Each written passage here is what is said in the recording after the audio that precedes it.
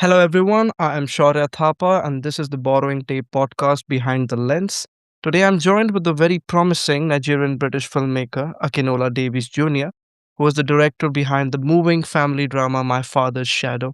Akinola's film follows a father and his two sons as they travel to Lagos during the 1993 Nigerian presidential election. Firstly, congratulations, Akinola, and welcome to the show. Your film is finally out in UK cinemas and worldwide, and yeah, like how does it feel? Because you premiered this film in Cannes last year, you won an award over there, and now the audience can finally watch it. How does it feel? It feels incredible. It's quite surreal. We had an incredible festival run, and now I'm really proud that the film is in cinemas, so audiences are going to get an opportunity to see it because every filmmaker's dream is to have a theatrical release. So I'm just really excited for the fact that yeah, people get to see it in the cinema, get to see it together, get to commune together, and yeah, it's a dream come true, to be honest. And the film story is about two brothers reconnecting with the dad, who is a loving dad, but because of his work, he can't always spend time with them. And what's Mm. interesting is that the screenplay is written by your brother, Vale Davies. So how was the experience collaborating with your brother for a film that feels so personal, and it's about brotherhood? Yeah, I mean, it was great. Me and my brother were really close. I used to idolize him. Maybe a little. I still idolize him a little bit. Someone I've always looked up to. Has always been really encouraging. So any opportunity for us to spend time together is something I love doing. And I think working on this film together has been a journey for both of us. I think it's brought us closer together. And yeah, I just think he sees life from a very different perspective, and I think we're both really respecting of those perspectives. So it's just been yeah, it's been really nurturing. I know, and like life is very delicate, and it's not promised, it's not guaranteed. So I think having a sibling that you really love sharing the moment with is a dream come true. And when did you decide to make this film? Like, how did the project start, and why the particular setting, the 1993 presidential elections? Sure, we so my brother sent me the script a long time ago, and I had a as a short film, I had a big emotional reaction to it. And then we made fast forward a few years, we made a short film called Lizard, which won the Grand Jury Prize in Sundance. And I think after that, we kind of knew that we might get an opportunity to make a film, and sort of being black filmmakers, we assume that if we only get one opportunity, we want to make something that's quite personal. So I asked my brother if he would let me develop the short film into a long form idea, and then we yeah we started making it together. But yeah, it's been a few years in the making, but like a really incredible period. We have loads of incredible producers, development teams, just loads of researchers that really helped. I think that second part of your question, why this period? I think we were the same age as the characters in the film in '93, so we lived through that election crisis. We remember the hopes and dreams of our mother's generation, and how, as quickly as those hopes and dreams came with this maverick politician who everybody was excited to become the father of the country, just as quickly it went away when the military dictatorship canceled that election. And we realized, on the one hand, we're telling a story of father and sons on a sort of micro level, but on another hand, we're telling a story of nationhood and a sort of statesman. And I think that gave us a lot more tension to what was a very loving familial story. So I think those two things like balanced each other out. And as you mentioned earlier, you directed Lizard, you directed like short films, worked on TV shows, and now shifting from those formats to a feature film of your own. Was it overwhelming, or was it challenging in any way? I mean, I think making a film in any format is extremely challenging. I think a long form is more of an endurance run. It's hard work. It takes a lot of trust and in your team and in everybody you work with. But I think it's kind of similar. It's a similar language but different dialects. You just have to trust people and not spread yourself too thin, and just trust the process. I think with short form, there's quicker results. And I think with long form, it's just a longer process, and you just have to be very um, focused on what you're doing and realize that, like, however long it takes is what the film actually needs. But I do love the long form because I think it allows you to be more of an artist. It allows you to bring more ideas and different thoughts and patterns and ways of thinking a little bit unorthodox and yeah, and I really love it. But I think all forms for me, I just love making films in any format, any capacity. And can we talk a bit about the performances? Because, of course, I'd seen Shope Dirju in His House and in Gangs of London. He's great as the father in My Father's Shadow. But then you have these newcomers, these two kids. So can you run me through the casting process for both Shope and the child actors? Sure.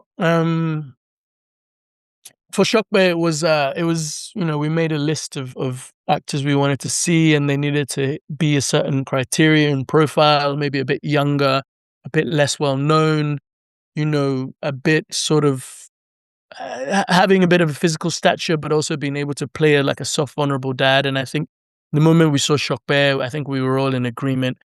I met him in person, and I just realized what a wonderful and empathetic person he is. And he did a read for us, and I think after the read, we were all pretty convinced, and he was the biggest part of the puzzle. I think for the boys, it was slightly different because we went to Nigeria maybe 3 months before we started shooting, and we went, far and wide, schools, boarding schools, acting schools, churches, community groups, and then self-tapes, and I think we found the boys. We did a 2-day workshop, like, a month before we started shooting, um, and yeah, we found the boys with our casting directors, local Lala and Shaheen Baig, and just sort of worked with them around this idea of play. We had acting coaches come and sort of work with them as well, which was really important. And then I also have to say, I think the boys were really good because their mother is a screenwriter and an actor, so they really remember dialogue. But equally, I think the rest of our cast in Nollywood, in the Nigerian film industry, are stacked. Everybody in every scene of our film is a lead in a Nigerian film. So I think we really just got the best, the best, not the best in terms of massive talent, but the best people for the roles. I think we got people who really embodied those roles. And those guys are all, you know, a lot of them have been in films that have gone to film festivals across the world, but are also just like household names in Nigeria. So it was an opportunity to sort of, reimagine them in an art house film. And talking about Nigeria, for me, some of the most emotional and moving moments are the ones which didn't even have dialogue, like the journey to Lagos, like Mm, the dad and the kids, and them, having these serene moments on a beach in an abandoned amusement park and stuff like that.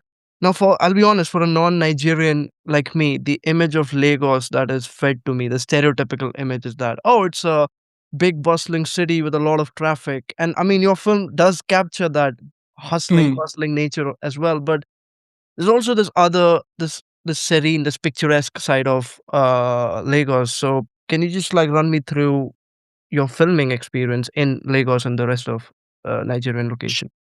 Sure. I love that you asked this question because me and my brother, we've been working in Nigeria for over a decade. We have a service company.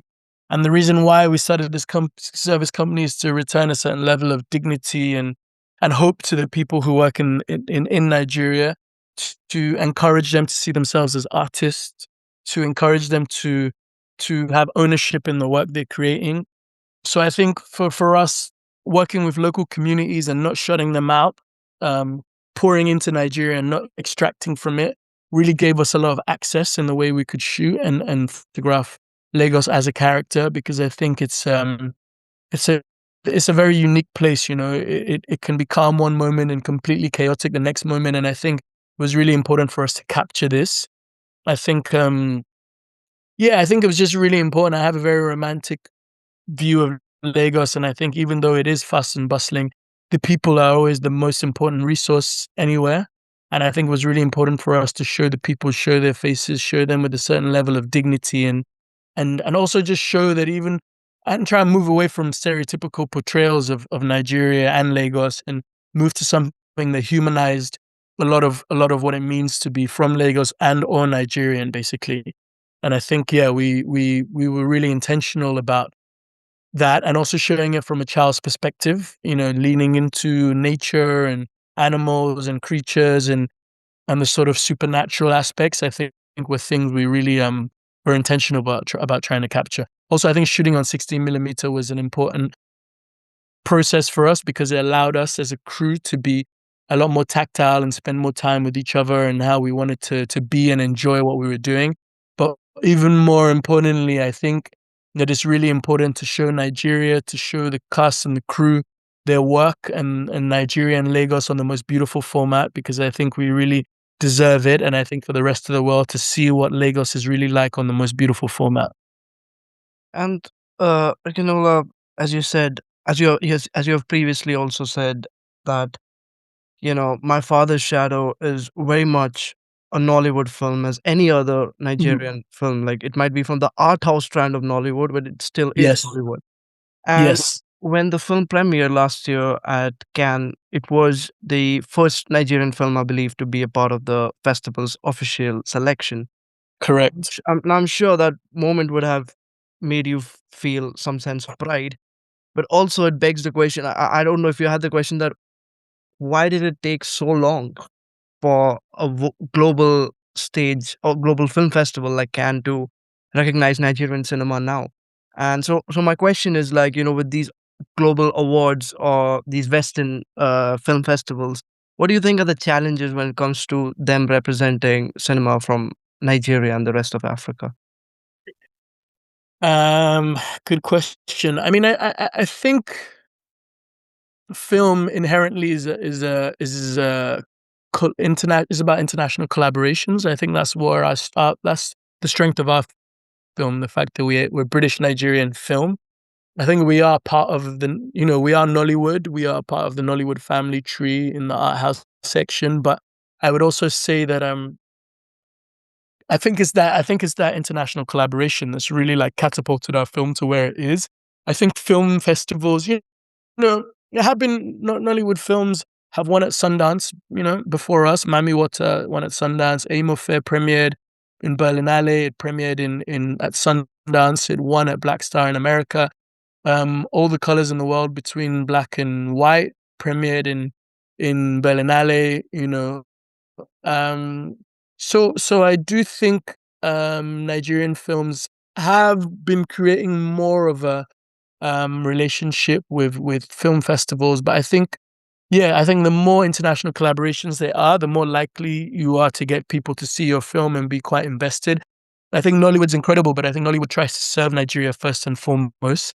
Whereas I think, you know, having like an international lens and partnerships can help, get the films out in more festivals. And, you know, I would also say international, I think there needs to be a curiosity on both sides. I think curiosity from the festivals to try and create a dialogue with what's happening on the ground in Nigeria. And I think, yeah, more international collaborations with those films to try and get them to film festivals because, I'm very privileged. I'm British Nigerian, so I have a dual nationality. But for Nigerians, it's very difficult to leave Nigeria with a Nigerian passport to get visas to work in the rest of the world. So I think we could, there could be more festivals, more labs, more outreach, more satellite programs in Nigeria and across Africa in general to try and engage more of those stories. But you know, I think I think we're getting there. I think it's going to take a little bit of time. It doesn't nothing happens overnight, but I think yeah, we are getting there.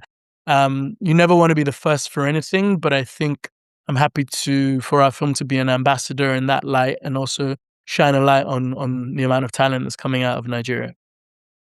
So, my Sure. last question to you is that, I mean, your film came out in the UK last week. It's gotten a rave response. You're also up for a BAFTA for outstanding debut. So fingers Mm. crossed. My bet's on you, but let's see. Fingers crossed. But that's the response in UK. But how has the response been in Nigeria so far with your film? I mean, I think there's been a overwhelming response in Nigeria. I think people have really been surprised by the film in a very emotional way. I think maybe there was an expectation of it being something stereotypical, but I think we've managed to to hit a nerve and encourage people to have generational conversations. I think we need to do another maybe run and get the film more access in Nigeria. But I think for sure, I think it's been very welcome. It's been very acclaimed. I think the Nigerian audience has been very yeah, emotional with the film because I think, like I said, it's caused a generational conversation, and we hope that we can continue to foster that conversation and continue to have dialogue and intergenerational dialogue at that. All right, perfect. Thank you for your time, Akinola. It was Thank you so great. much, man. I watched it twice, but I might watch it a third time when it comes out on movie. But Please do. yeah, Please do. yeah, congratulations again, Akinola, for the response that this film is getting. And yeah, Thank you so much, Shaurya. uh, Appreciate you, man. yeah. Thank you.